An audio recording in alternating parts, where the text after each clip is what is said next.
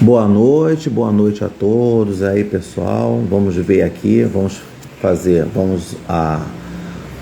uma apresentação aqui, dicas de metodologia de ensino do Espaço Docente Aprendiz em parceria com Aulas 100. E o assunto de hoje que nós vamos ver é de como você pode relacionar a disciplina de língua portuguesa. Então, o que se pode ser feito, né? Como é que você pode iniciar aula de língua portuguesa? Pode ser no primeiro dia do ano letivo, ou pode ser em algum bimestre e em alguma parte aí, né, no meio do ano, né? Ou então faltando alguns dias, né, no final do ano, seja o que for, né? Pode ser usado como projeto. É sobre o assunto que é esse assunto aqui. Até fiz uma anotação aqui, ó, vamos ver, ó. Fiz aqui a anotação, tá aqui, ó. O assunto vai ser sobre esse aqui, ó. Origem da língua portuguesa. Aí tá lá, tem a introdução motivacional, né? Uma das ferramentas do Espaço Docente Aprendiz, que é iniciar a aula da prática para a teoria. E aqui vamos fazer uma interdisciplinaridade da língua portuguesa com história, tá? E por quê?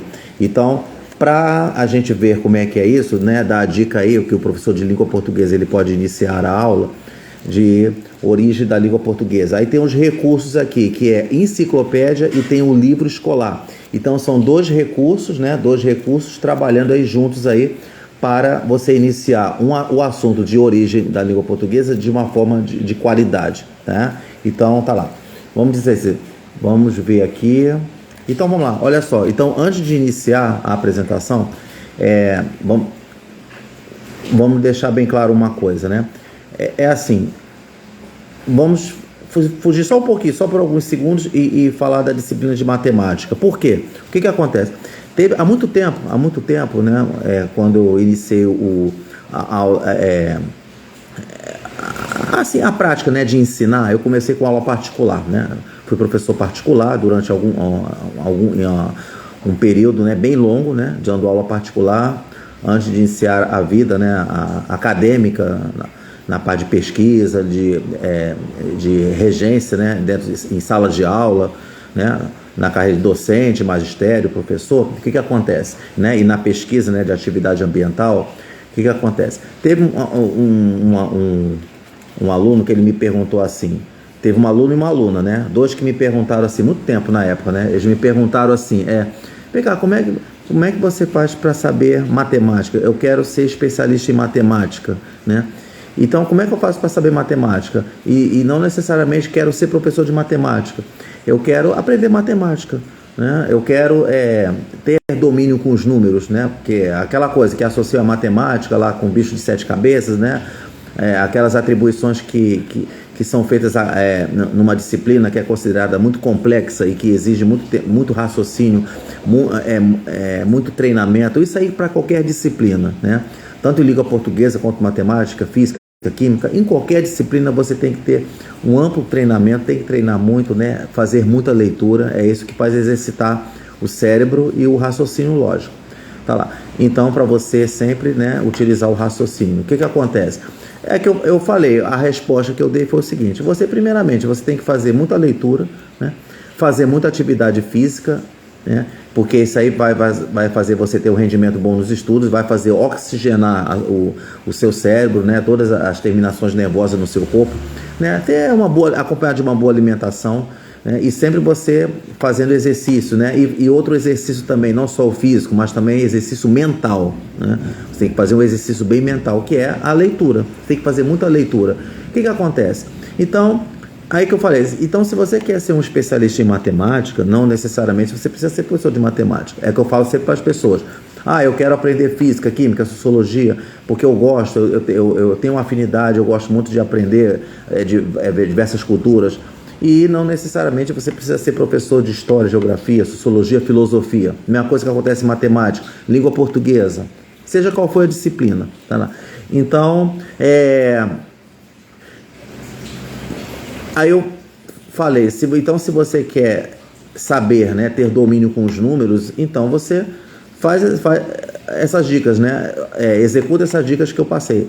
Faça muitos exercícios físicos, né, muita leitura, né, façam alimentação, boa alimentação, variedade de cardápios, né? Isso aí contribui muito, né, para que a parte mental, né, do seu corpo esteja sempre em desenvolvimento. Essa não tem outra dica, essa é a dica, né? E pode ter certeza, e dá certo. Então, o que acontece? Aí quando eu soube disso, quando eu me lembrei disso, então, e eu lendo aqui na enciclopédia aqui, né, origem da língua portuguesa, e então me levou a isso de se uma pessoa quer saber língua portuguesa, eu quero aprender língua portuguesa, né, a língua aqui do nosso país, o Brasil. E o que acontece? Então, se quer aprender língua portuguesa, então qual é a primeira coisa que tem que se fazer? Aprender a origem, né? Saber, ter conhecimentos gerais da origem da língua portuguesa. Mesma coisa, origem, eu quero saber física, eu quero ser um especialista em física, em química. Saber a origem de cada disciplina, né? A história, a parte histórica, isso é muito interessante. Se você quer realmente dominar, né, ser um especialista, ser o manda-chuva, né, de uma determinada área acadêmica, né? Então vamos lá. Então vamos começar aqui com a origem da língua portuguesa, né, que é o nosso assunto, né, da apresentação, que pode ser usado.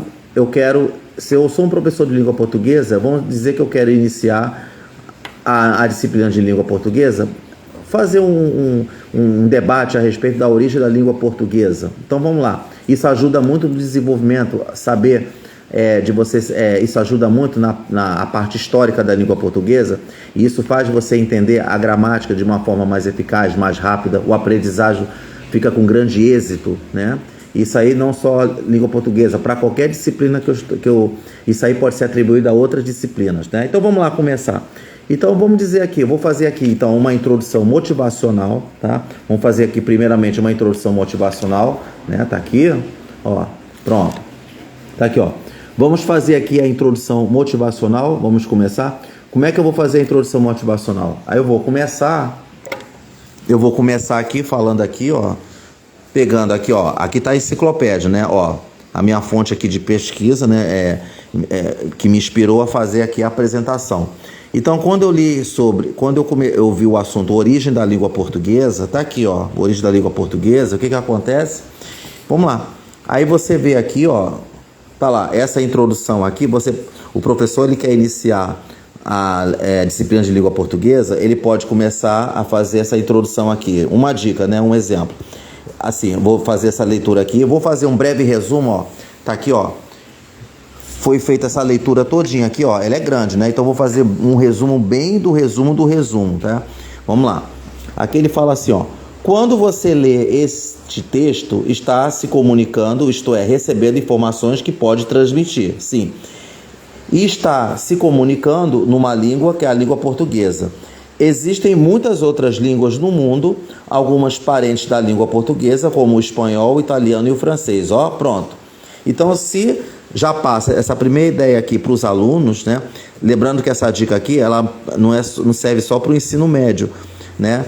Serve também para o ensino fundamental e também para ensino universitário, para alunos do primeiro período, né? De qualquer disciplina de áreas humanas, né? Não só áreas humanas, como também áreas exatas, áreas da saúde, porque todos eles pegam no primeiro período da faculdade, da universidade, a língua portuguesa, tá? Então vamos lá. Aí tá lá. O que nos leva a saber que essas línguas são parentes do português, né? Quer dizer, está fazendo um questionamento aqui, né? O que leva o espanhol, o italiano e o francês sejam parentes próximos da língua portuguesa?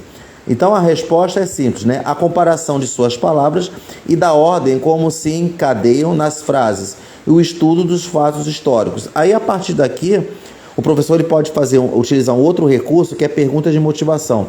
Perguntar para a turma, né, para alguns alunos: vem cá, vocês conhecem palavras de outros idiomas que se parecem com os da língua portuguesa? Faz essa pergunta. Vai ter aluno que vai, de repente, saber responder. Alguns alunos vão saber, ouviu falar por aí. Ouvi falar que tem uma palavra que é parecida com a língua portuguesa. Por exemplo, festival. Você vê que festival, né, é uma palavra. E festival, né, é em inglês, tá lá. Aí você tem aqui festival, tá aqui, ó. Por exemplo, pode pegar essa palavra aqui, ó. Você vê que festival, né, inglês e Na língua portuguesa é festival, ó, mesma coisa. Tá lá, isso aqui é um exemplo, claro, né? Tá lá, pronto, ó, interessante, né? E pegar outros exemplos, né? Fazer essas perguntas, muito legal estender o debate já começando com perguntas de motivação, né? Aí tá lá, aí ele fala, aí tá aqui a frase, ó, a frase portuguesa tá aqui, ó, todos os homens são mortais, corresponde ao espanhol, né? Todos os homens são mortales, né? Tá ali, ó. Agora é o italiano, né? Tá aqui, ó, tutti, né? Gli, uomini sono mortali. E ao francês, né? Que aqui, ó, tous les hommes sont mortels, né? Tá lá. Mas as palavras que correspondem a uma mesma ideia em cada uma dessas línguas nem sempre possuem semelhanças tão grandes como as das frases citadas, né? Então você vê aqui, ó, você pode ver que quando você pega, por exemplo, ó, hombres, né? Ele tem uma semelhança com homens, né? No espanhol. No italiano, ó, tutti gli, uomini sono mortali. Nem tanto que você vê, ó. Você vê que não tem, ó. O uomini, né? O uomini tá lá, homem, né? Em termos de pronúncia, você vê que quando se fala uomini, né? Tem mais ou menos um som bem semelhante, não tanto semelhante assim, um pouco semelhante de homem, né? Aí tá lá, como sendo mortale, mortalis e mortal. Aí já é bem semelhante. E ao francês, né? Tu les homens, aqui já é bem parecido com a língua portuguesa, ó, homens, né? Bem parecido, ó. São morteus, ó, mortale, mortales, né? E mortais. Legal, né? Tá lá. Mas as palavras, né, que correspondem a uma mesma ideia em cada uma dessas línguas nem sempre possuem semelhanças tão grandes como as das frases citadas. Sim. E surgem diferenças na própria ordem em que aparecem na frase. Isso ocorre porque o português, o espanhol, o italiano e o francês são línguas diferentes, com vida autônoma, né? Tá aqui. Apesar de apresentarem um grande número de correspondências e semelhanças, elas tiveram biografias diferentes, né? Aí é que começa aquela parte toda, a parte histórica, né? Tá lá. O laço do parentesco, né, de parentesco dessas línguas é dada por sua origem comum, né? Tem um ancestral, né? Tem um ancestral aqui que deu origem a essas línguas. Todas são resultado de transformações de uma mesma língua, que é o latim, ó. Tá aqui. O latim, então, ele é um ancestral desses idiomas aqui que nós acabei de citar aqui, tá? Então vamos lá. Aí, vamos lá. Vamos ver aqui, ó. Aí quando você aí faz aqui a pergunta, né? De onde vem o latim? Pronto. Uma vez feita essa apresentação aqui, aí coloca outro tópico. De onde veio o latim? Aí tá lá. Aqui vamos fazer aqui um resumo que achei muito interessante. É muito bom falar isso aqui em sala de aula, né? Que é o seguinte, né? No começo do primeiro milênio antes de Cristo, quando Roma ainda estava se constituindo nas vizinhanças do Lácio, no centro da Itália. Aí aqui mostra o mapa, ó. Tem esse mapa aqui, ó. Aqui tá a Itália, ó. Tá aqui, ó. Aqui tá a Itália, ó. Mostrando aqui, ó. Tá? A Itália, aqui tem as legendas, né, que mostram aqui, ó, por exemplo, até 274 a.C. Aí tá mostrando aqui, né, as datas, né, os períodos, tá aqui. E aqui, ó, tá aqui a Itália, né? Então, quando tá iniciando a origem da língua portuguesa, é sempre bom colocar um mapa aqui. Aí você faz uma pequena interdisciplinaridade com a geografia, né? Muito legal isso, muito legal. Então tá lá. Aí tá dizendo aqui, ó, vamos lá. No Lácio, no centro da Itália, a língua falada pelo povo que habitava essa região ainda estava em fase de amadurecimento. Era o latim inicial. E olha só que interessante aqui, ó. O latim significa língua do Lácio, justamente porque, ó, começou aqui nessa região do Lácio, ó. Então já sabe que latim significa língua do Lácio, né? Ou proto-latim. Resultado da transformação regional de um grupo de línguas mais antigas, que é o indo-europeu. E fala aqui nessa parte histórica, que ele fala assim: nenhum documento restou das línguas indo-europeias, faladas por um conjunto de povos que se espalhou pela Europa e Ásia, há mais de 2.000 anos antes da era cristã, tá? Então tá lá. Aí tá aqui, ó, não se sabe ao certo qual teria sido a origem desses povos, né?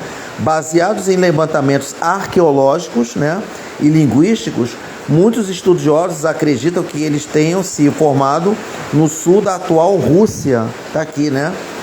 Fazendo essa especulação pelos escavamentos, algumas provas, né? Alguns sinais aqui que levam a essa hipótese, né? E deixam como verdade, né? A não ser que depois surjam outros documentos, deve ter documentos ainda espalhados por aí em escavações e que podem ajudar muito a complementar e formar novas ideias, novos debates, né? Para se chegar a alguma teoria, tá? Então tá lá. Aí ele fala assim, ó. Mas sabe-se que esses povos se espalharam por extensas regiões da Europa e da Ásia e sua língua foi sendo imposta às populações locais, fundindo-se aos idiomas regionais e sofrendo diversas transformações, né?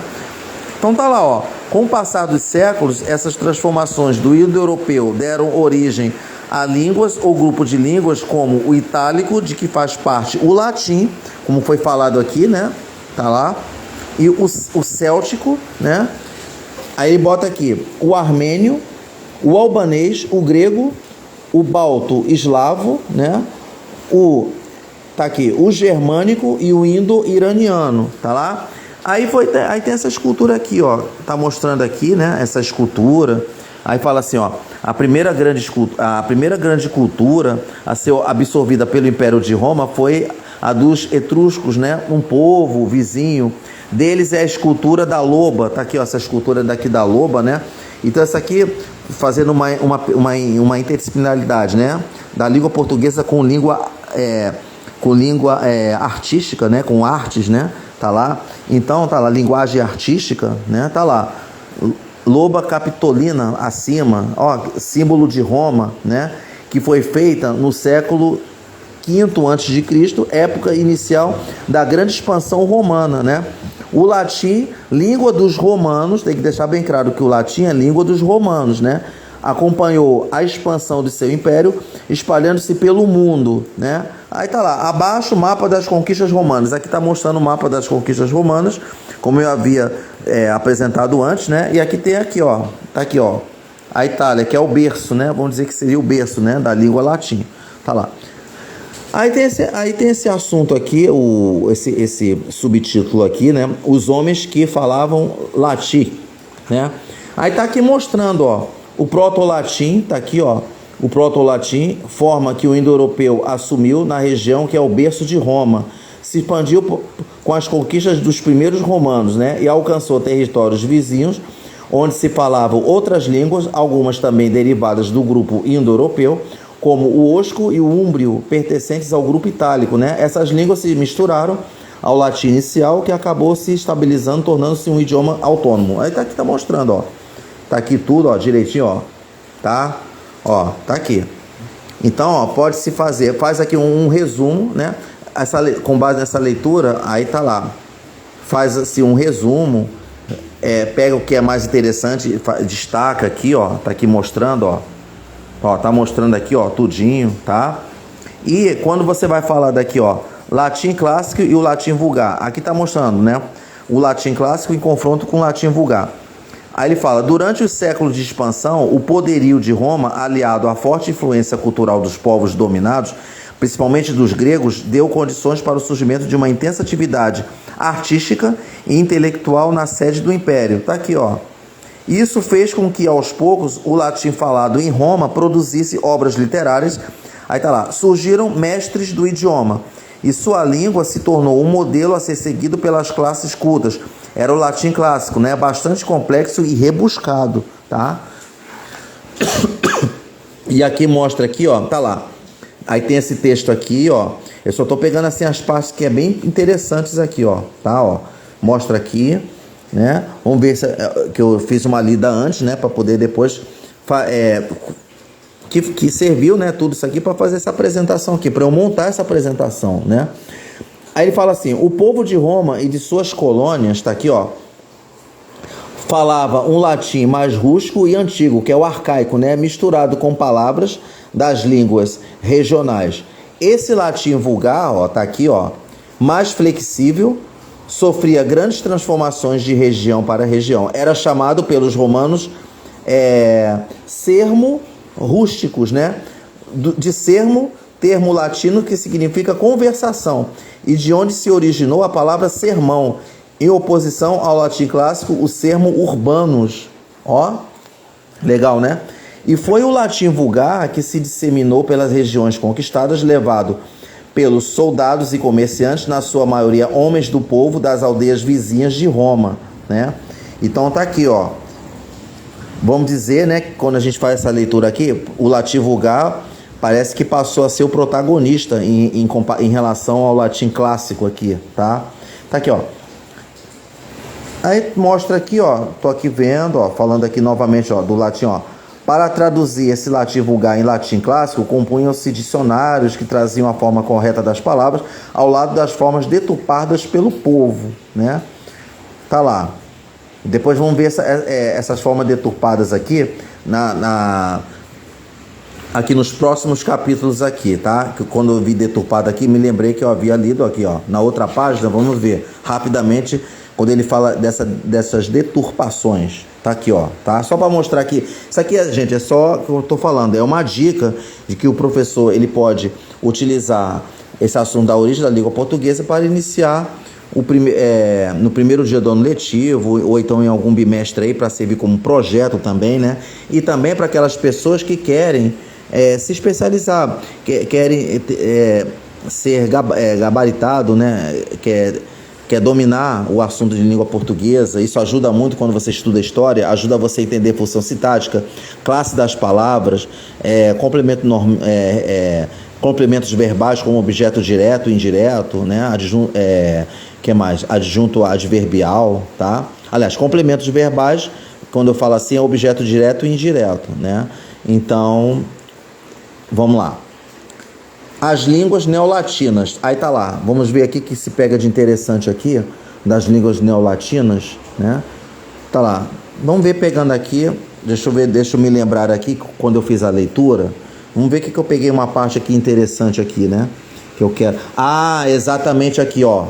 Justamente nessa parte daqui, pronto, ó, que bom, ó, me localizei, ó, me lembrei, na verdade, né? É aí que você vai fazer uma interdisciplinaridade da língua portuguesa com a história. Por quê? Então vamos ver aqui, ó. Olha que legal, ó. Vamos pegar essa parte aqui que ele fala assim, ó. Na Ásia e na África, a língua e a cultura latina acabaram desaparecendo, sendo substituídas pela cultura árabe. Então tá aqui, ó, pela cultura árabe. Na Europa, as colônias latinas transformaram-se em núcleos autônomos a partir de alianças entre donos de terras. O que isso lembra quando se estuda na disciplina de história? Surgia um sistema político que vigoraria por toda a Idade Média, que é o feudalismo, né? De feudo, do latim foedus, que significa essa aliança, tá? Feudalismo é uma disciplina obrigatória para concurso de vestibular, né?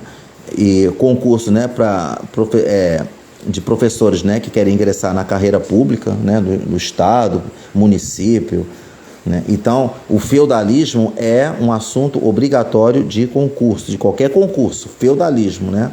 Vamos lá.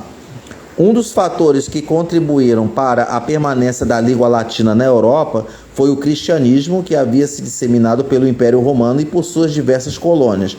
A língua do cristianismo era o latim vulgar, o idioma das classes populares que adotaram essa religião, tá? Os líderes religiosos usavam esse latim em suas pregações e em seus escritos, evitando o latim clássico, que é a língua da antiga classe dominante romana, né? Que afrontava os ideais populistas do cristianismo primitivo, tá? Tá lá, ó. Mas o latim falado pelas populações das antigas colônias romanas transformou-se muito devido ao isolamento político e geográfico, tá? Muito interessante essa parte aí que fala, né? Então tá aqui, ó. Aí tá aqui, ó, falando aqui, vamos ver, ó. Tá aqui, ó. Aí fala aqui, ó. Geográfico, as deformações na pronúncia de cada povo e a influência das línguas regionais, né? Tá aqui, ó. Muito legal isso aqui, ó. Tanto que a partir do século VI depois de Cristo, aí mostra o mapa aqui, ó. Tem um mapa que mostra aqui, ó, né? Justamente nessa parte aqui, ó. Tá aqui, ó. De 14 a 117 depois de Cristo. Aí tem isso aqui também, ó. De 146 a 14 depois de Cristo, tá lá. Aí mostra aqui, ó, O povo latim da igreja já estava se tornando incompreensível para as populações latinas europeias. Surgiam os romances, os dialetos do latim vulgar, que deram origem às línguas neolatinas. Neolatino significa o novo latim, tá lá. Essas línguas demoraram séculos para se estabilizar e sua evolução acompanhou a história das regiões onde eram faladas, né?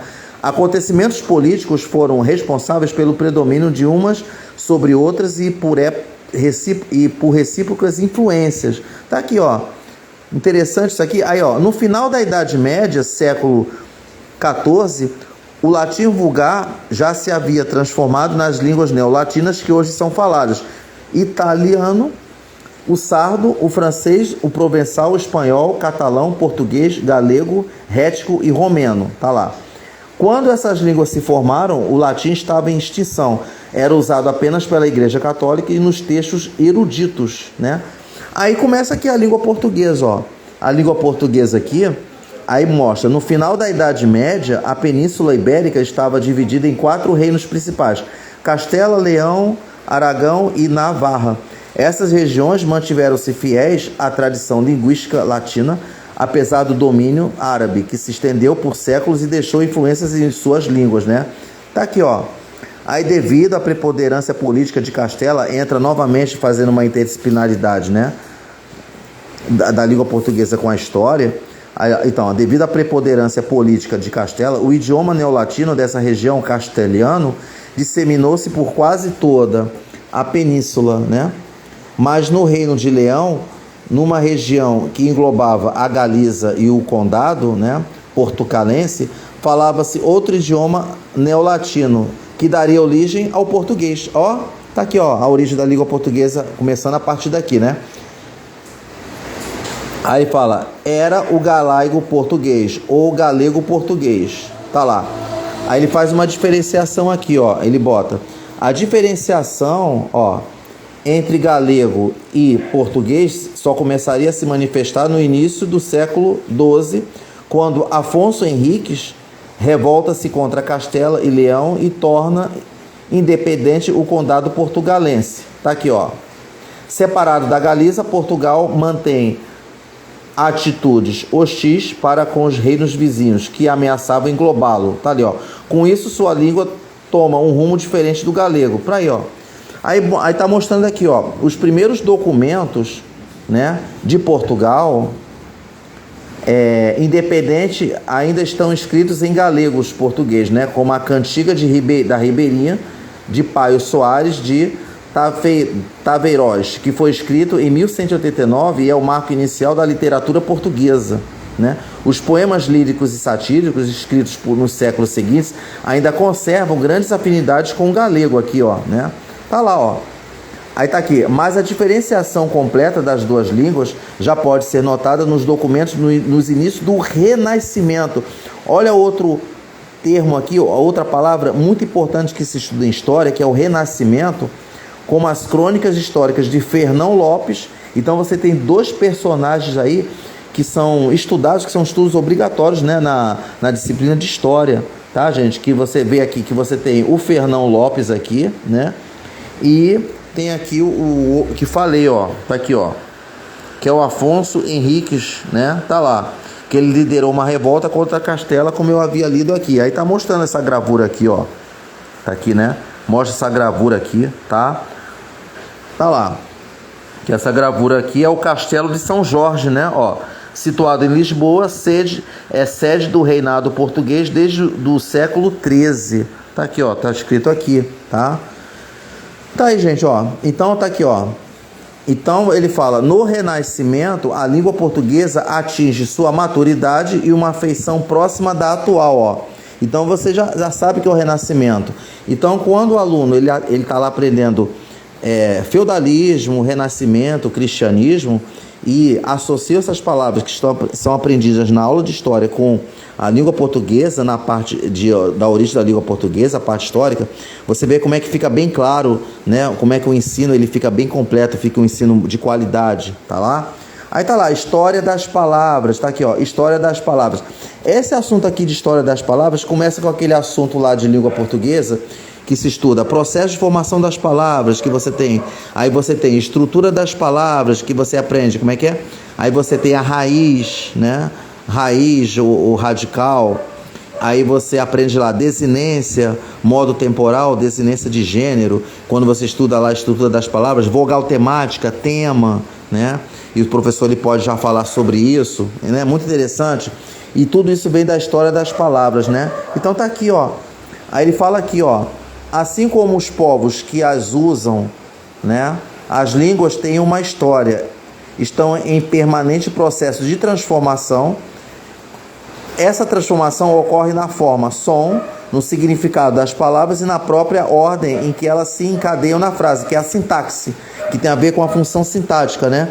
O que é a função sintática? A função sintática é que ela corresponde ao papel que as palavras desempenham numa frase, né?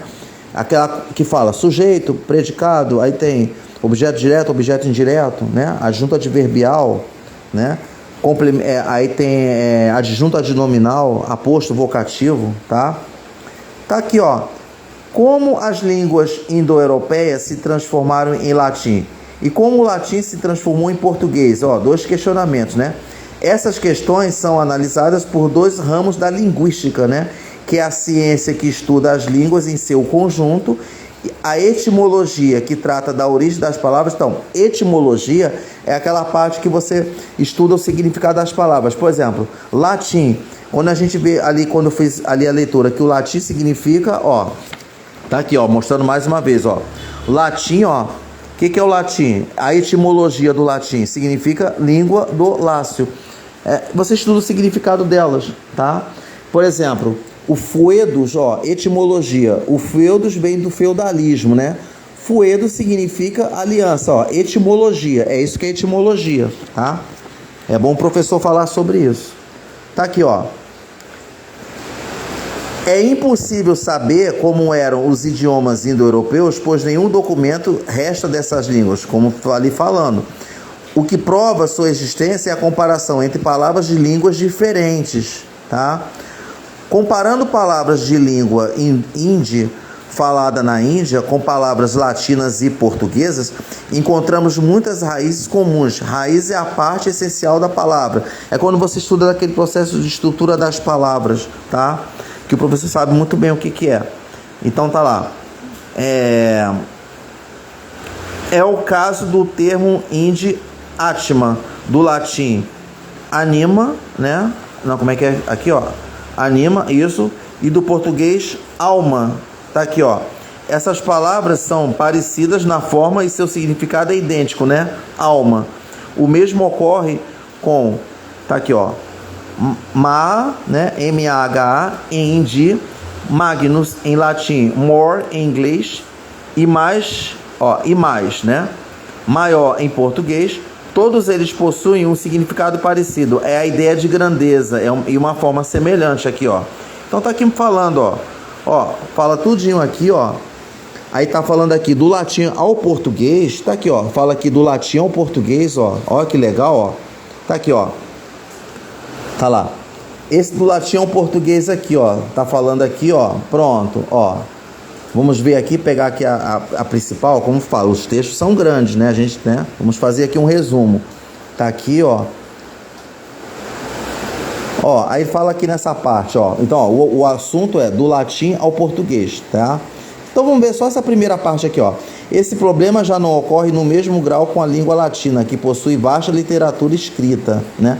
O que acontece? Ele está querendo dizer que aqui já existe documentos, tem muita literatura escrita que comprova que a gente consegue ter uma comprovação maior, mais do que a parte indo-europeia, que não tem, faltam muitos documentos ainda, né? Está muito incompleto ainda. Já aqui, já é uma coisa mais completa, por causa da literatura escrita aqui, ó. Com base nos textos latinos, né? Os linguistas, né, puderam estudar as transformações, porque passaram as palavras do latim clássico para chegar ao latim vulgar e deste para as línguas neolatinas, né? Então, já, como foi citado, né, as línguas neolatinas. Quais são as línguas neolatinas? Que é italiano, sardo, francês, provençal, espanhol, catalão, português, galego, rético e romeno, tá? Tá lá. Aí tá aqui, ó. As principais alterações ocorridas no latim vulgar em relação ao latim clássico, né, são a sintaxe, né, que é a análise sintática, onde você aprende sujeito, predicado, objeto direto, objeto indireto, né, complemento nominal, adjunta de nominal, e a forma das palavras. Tá aqui. O latim clássico era uma língua sintética, isto é, uma língua em que o papel das palavras na frase, função sintática, era, né, como é que tá aqui?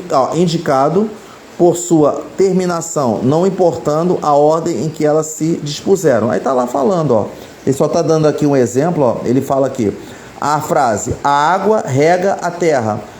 Ó, a água rega a terra. Corresponde ao latim clássico, aqua rigate terram, tá aqui, em que as palavras estão na mesma ordem que em português. Tá certinho, ó, porque você, ó, na análise sintática, ó, aqua, ó, a água rega a terra. Se você for fazer uma análise sintática, quem rega a terra? A água, que é o sujeito, rega, né? Verbo transitivo direto, ó.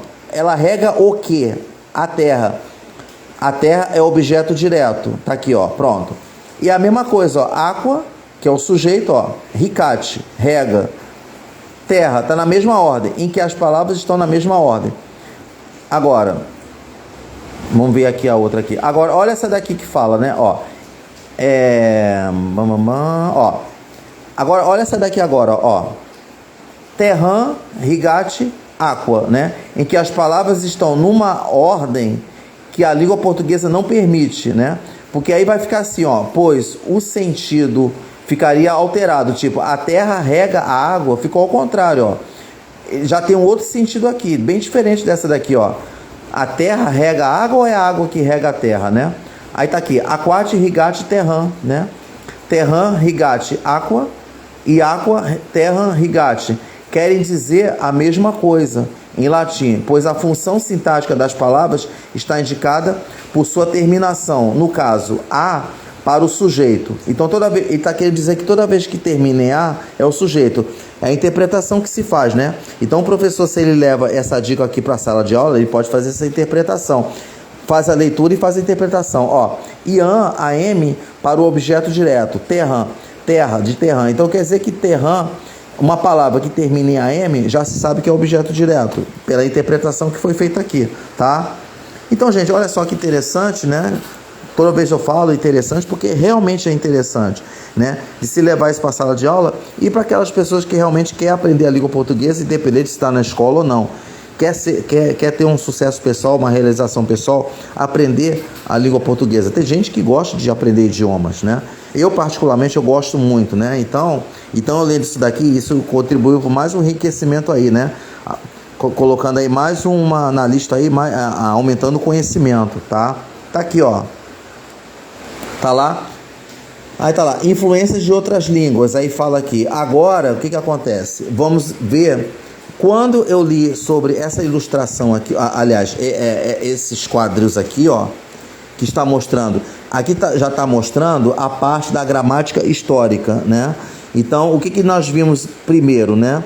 Antes, nós vimos linguística, que é a ciência que estuda as línguas em seu conjunto, foi o que a gente fez aqui, ó. Fizemos a etimologia, agora vamos ver a gramática histórica, né? Vimos aqui na parte já de gramática histórica aqui, né, da função sintática. E para completar, aqui, ó, tá lá. Aí a gente vê aqui, essa parte daqui fala como as palavras sofreram transformações, tá? Sofreram transformações, influências de outras línguas. Aí tá falando aqui, ó, só para dar uma lida aqui, ó. Quando o latim foi trazido para a região que é hoje Portugal, encontrou várias línguas regionais. É o caso do idioma ibérico, falado por pequenas populações que já viviam na península na época em que o indo-europeu se disseminava pela Europa, né?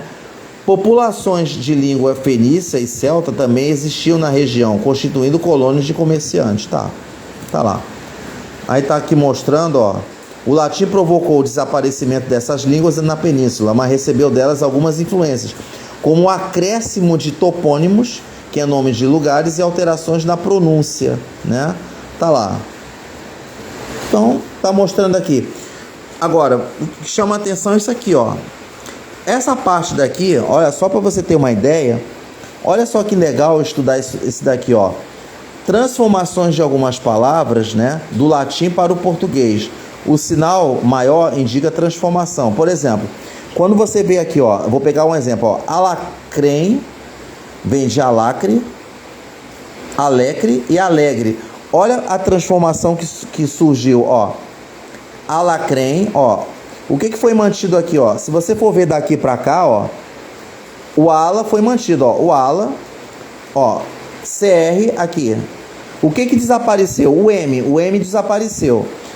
Alecre, agora vamos ver daqui para cá, ó. Do alacre, perdão, alacre mudou do A para o E, né? Ó, pronto.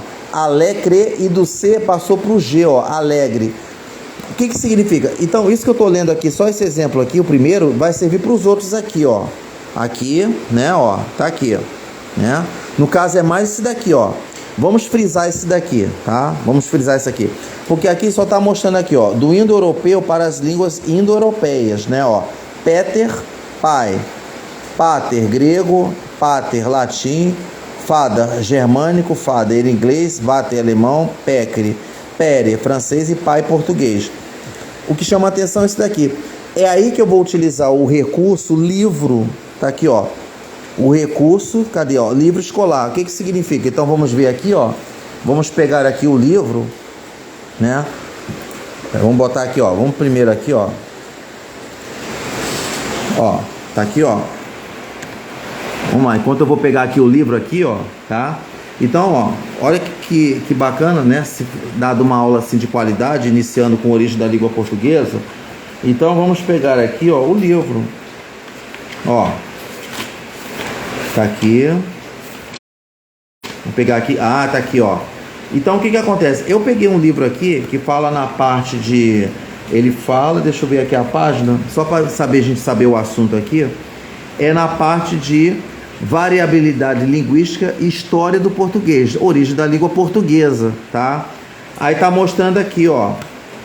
Então, olha só, então vamos ver. O livro aqui, olha só, o livro tá aqui, ó. Ó, olha só, que tá mostrando aqui, ó.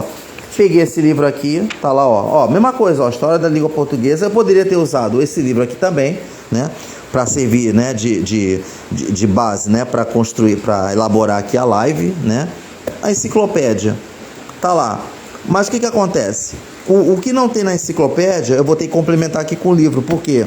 Embora ele falou aqui da transformação de palavras, ó. Como esse aqui, alecrim, ó. Apícola, né? Apícola, a pescla, a becla e a abelha, né? Ó, que coisa, hein? Tá aqui. É isso aqui, ó. Esse que é legal estudar. É quando você começa a fazer uma gramática histórica aqui, ó, sobre isso aqui, ó. Quando você vai fazer o estudo do processo da transformação das palavras, né, ó. Por exemplo, desaparecimento de fonemas. Aí tem aqueles nomes, ó, aférese, síncope, apócope, tá? Eu estudei muito na minha época de segundo grau. Falava-se antigo científico, né? E a gente estudava muito isso daqui. Então eu sinto muita falta desse tipo de estudo aqui, né? Porque quando se estuda isso, isso ajuda a desenvolver o raciocínio, a você entender a origem da língua portuguesa. Isso, quando você faz o estudo desse, faz você conseguir aprender a gramática da língua portuguesa. Ela é complexa, sim, né? Existe muito estudo, muito treinamento, tá? Quando você estuda a oração subordinada, a oração coordenada, a oração adjetiva, né? Orações adverbiais, tem as classificações, então tem que estudar muito, tem que fazer muita leitura. E você fica com mais êxito, né, na aprendizagem quando você estuda isso aqui, por exemplo, né? Na visão do espaço docente-aprendiz, tá? Ó, desaparecimento de fonemas. Aí começa, ó, no início da palavra, afere-se, ó, inamorare. Ó, inamorare, você vê que o i desapareceu aqui, ó, quando o i não está aqui, ó, não está mais aqui, ele desapareceu no início da palavra, é o afere-se. No meio da palavra, ó, malu, mal, o que desapareceu? O L. A letra foi no meio da palavra, significa síncope, mal. No fim da palavra, apócope, legale, ó, desapareceu, ficou legal, olha que legal. Aí foi complementado aqui, ó, a plologia, né, é a queda de uma sílaba dentro da palavra, tá aqui, ó, é uma queda de uma sílaba, né? formada, né, por uma consoante e uma vogal, tá? Ó, pértita, pérdida e perda, ó, pértita, pérdida, ó o que aconteceu, foi perdida uma sílaba. Qual foi a sílaba aqui, ó? É o D com I, ó, os dois desapareceram, o D e o I, a sílaba, uma consoante e uma vogal.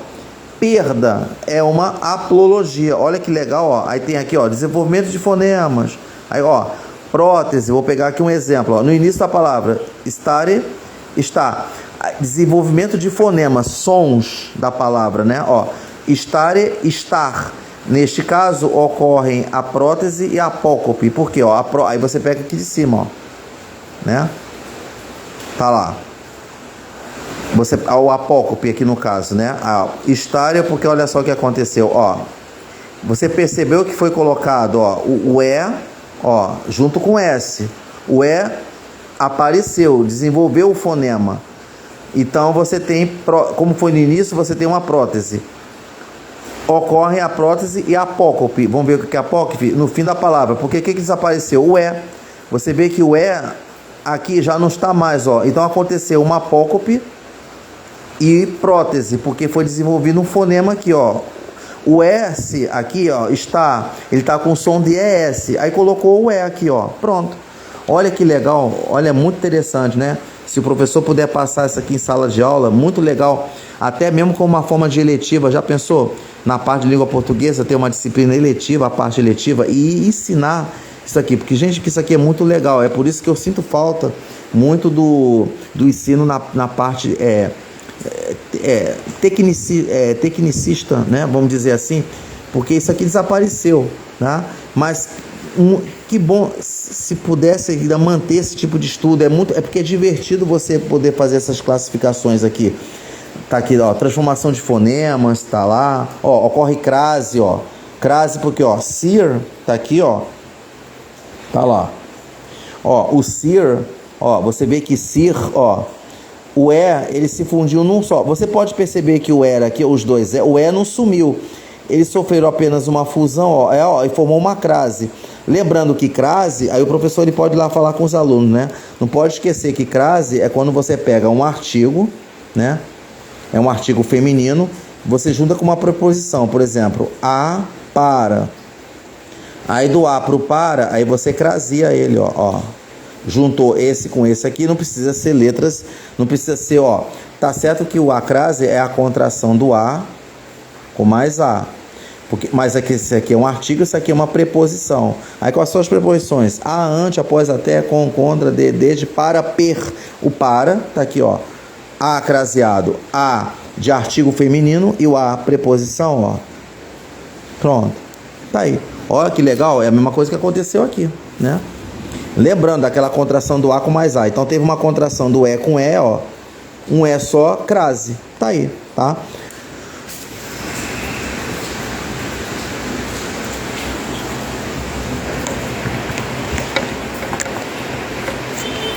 Vamos ajeitar aqui direitinho. Pronto.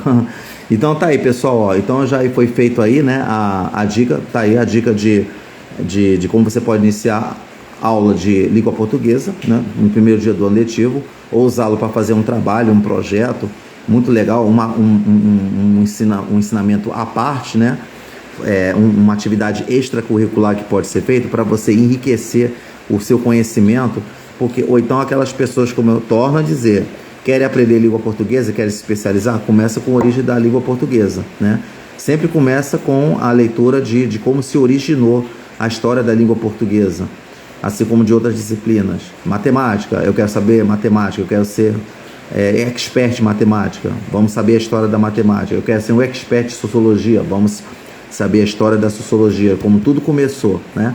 Então tem sempre que ter o estudo da sua origem, né? E isso aí faz, ó, desenvolver o raciocínio, né? Desenvolver o raciocínio lógico, né? Desenvolver a cultura, tá? Então, pessoal, valeu, um abraço e até lá.